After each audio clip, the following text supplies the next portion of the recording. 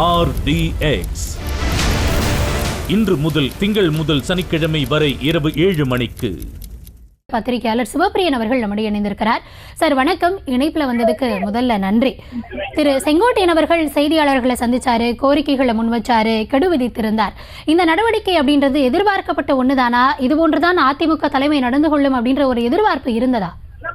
இல்ல, அதாவது ஏதாவது ஒரு நடவடிக்கை எடுப்பார்கள் அப்படிங்கிறது தெரியும். இதுல கூட அதிமுக ரொம்ப மிக்சடா இருக்கிற மாதிரி தான் பாக்குறேன்.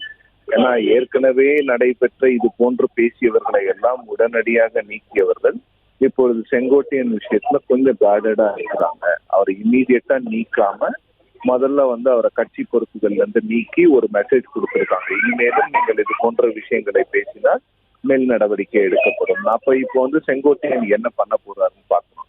ஒரு மோஸ்ட் லைக்லி அவர் திரும்ப பேசிக்கிட்டே தான் இருப்பாரு. ஸோ அப்பதான் அவர் மீது ஒரு கடும் நடவடிக்கை, அதாவது விலக்கல், அது போன்ற விஷயங்களை எக்ஸ்பெல் பண்றது போன்ற விஷயங்களை பண்ணுவாங்க அப்படின்னு நினைக்கிறேன்.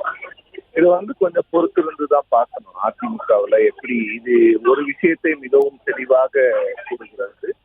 அது என்னன்னா, எடப்பாடி பழனிசாமி அவர்களுக்கு இந்த கட்சியை இணைக்கணும் அப்படிங்கறதுல எந்த உட்பாடும் இல்லை. அதே விஷயத்தை தான் இந்த டிடிவி தினகரன் அவர்களும் மதுரையில் செய்தியாளர்களிடம் பேசிய போது கூறியிருந்தார்.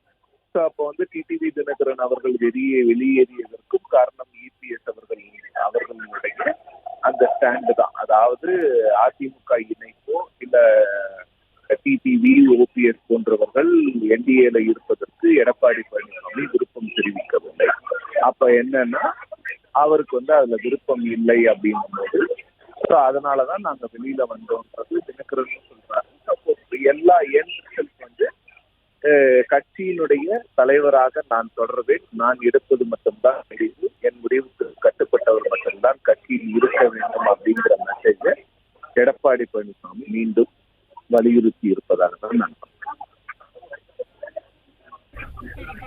சார், இப்போ முன்னதாக பேசினவங்க என்ன சொன்னாங்க அப்படின்னா, இதே நிலை நீடிக்குது அப்படின்னா அதிமுக ஆட்சியை பிடிக்கிறது மட்டுமல்ல, கட்சி தலைமையாக தான் இருந்தால் போதும் நினைக்கக்கூடிய எடப்பாடி அவர்கள் அந்த நிலைக்கே ஒரு கேள்விக்குறி எழுந்துவிடும் அப்படின்னு சொல்றாங்க. இதை நம்ம எப்படி புரிந்து கொள்ளலாம்?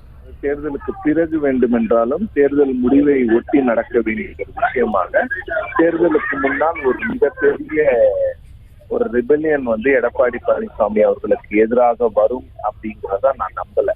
ஏன்னா தேர்தல் அப்படிங்கிறது எல்லாருக்குமே இப்போ யார் யார் ரிபல் பண்றாங்களோ அவங்களுக்கு எல்லாம் பிரச்சனைகள் வரக்கூடும். அதனால எடப்பாடி பழனிசாமி அவர்களுக்கு அந்த பார்ட்டி சுப்ரீமசி எலெக்ஷன் வரைக்கும் இருக்கணும்னு அவர் நினைக்கிறாரு. அதனால எலெக்ஷனுக்கு அப்புறம் வேற ஏதாவது அதிமுக ஒருவேளை அதிமுக தேர்தல் வெற்றி பெறாமல் தோல்வியடைந்து விட்டால் மட்டும்தான் எடப்பாடி பழனிசாமி அவர்கள் மீதான அந்த தலைமையின் மீது கேள்விகள் வருவதற்கான வாய்ப்புகளை நான் பார்க்கிறேன். அதற்கு நன்றி சார், நன்றி. இணைப்பில் உங்கள் தரப்பு பார்வையை பகிர்ந்தமைக்கு மிக்க நன்றி. தொடர்ந்து அதிமுகவின் முன்னாள் எம்பி திரு KC பழனிசாமி அவர்கள் நம்முடைய இணைந்திருக்கிறார். சார் வணக்கம், இணைப்பில் வந்ததுக்கு நன்றி. RDX இன்று முதல் திங்கள் முதல் சனிக்கிழமை வரை இரவு 7 மணிக்கு.